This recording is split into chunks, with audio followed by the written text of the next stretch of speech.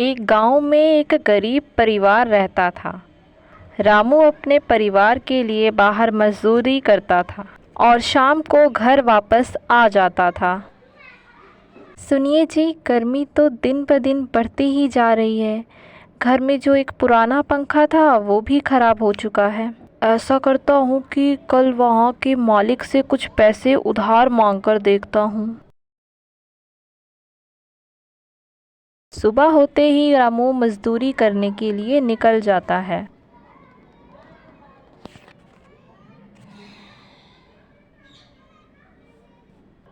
सेठ जी, घर में मेरा एक पंखा था वो भी ख़राब हो चुका है। क्या आप मुझे कुछ पैसे उधार दे सकते हैं? बड़ी मेहरबानी होगी आपकी। नहीं नहीं, चलो चलो जाओ यहाँ से। तुम्हें मजदूरी करनी है या नहीं? जी जी सेठ जी, मैं जाता हूँ। रामू उदास होकर वहाँ से चला जाता है। पता नहीं कहाँ कहाँ से चले आते हैं।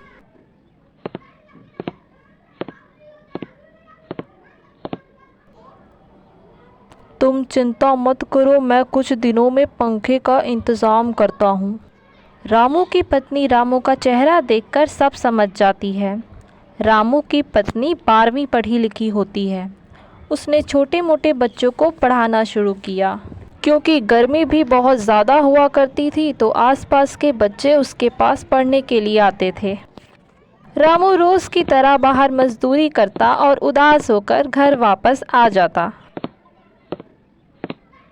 आप हाथ मुंह धो लीजिए, खाना बस बनने ही वाला है। रामू बिना कुछ कहे खाना खाने बैठ जाता है। रात में वो छत पर जाकर सो जाता है।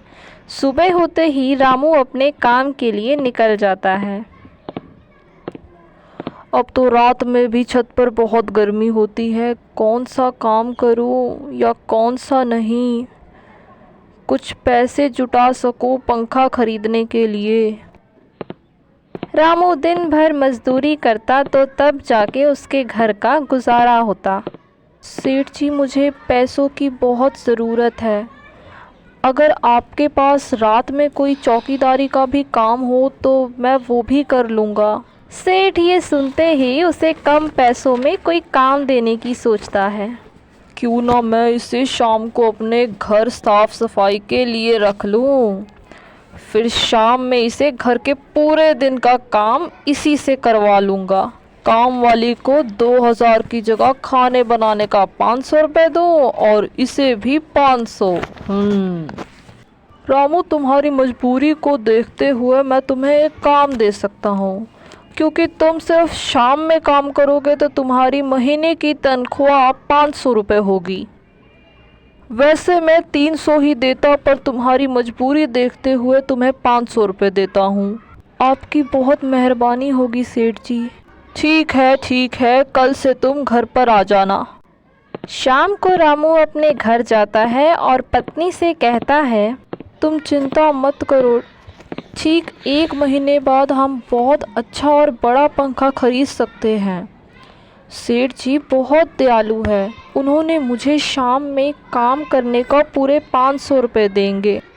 मगर आपको शाम में कौन सा काम करने को दिया है? शायद उनके घर का काम। सिर्फ 500 रुपये? पर 500 रुपये तो बहुत कम है। गर्मी बहुत बढ़ रही है, 500 रुपये कम है, पर अभी के लिए यही ठीक है। हमारे पास कोई चारा भी नहीं है। रामू सुबह होते ही अपने काम के लिए निकल जाता है। फिर शाम को सेठ के घर काम करने के लिए पहुंच जाता है। रामू, तुम आ गए। रसोई में बर्तन रखे हुए हैं, इसके बाद कपड़े भी धोना है और फिर घर की छोटी मोटी सफाई भी करनी है। चलो लग जाओ काम पे। रामू रसोई में बर्तन धोता है, फिर घर की सफाई भी करता है। ये करते करते रात हो जाती है। रामू, हमने खाना खा लिया है, वो बर्तन भी साफ कर लेना। जी सेठ जी। काम करते करते रामू की हालत ख़राब हो जाती है। फिर वो अपने घर चला जाता है। ऐसे ही कुछ दिन और बीतते हैं।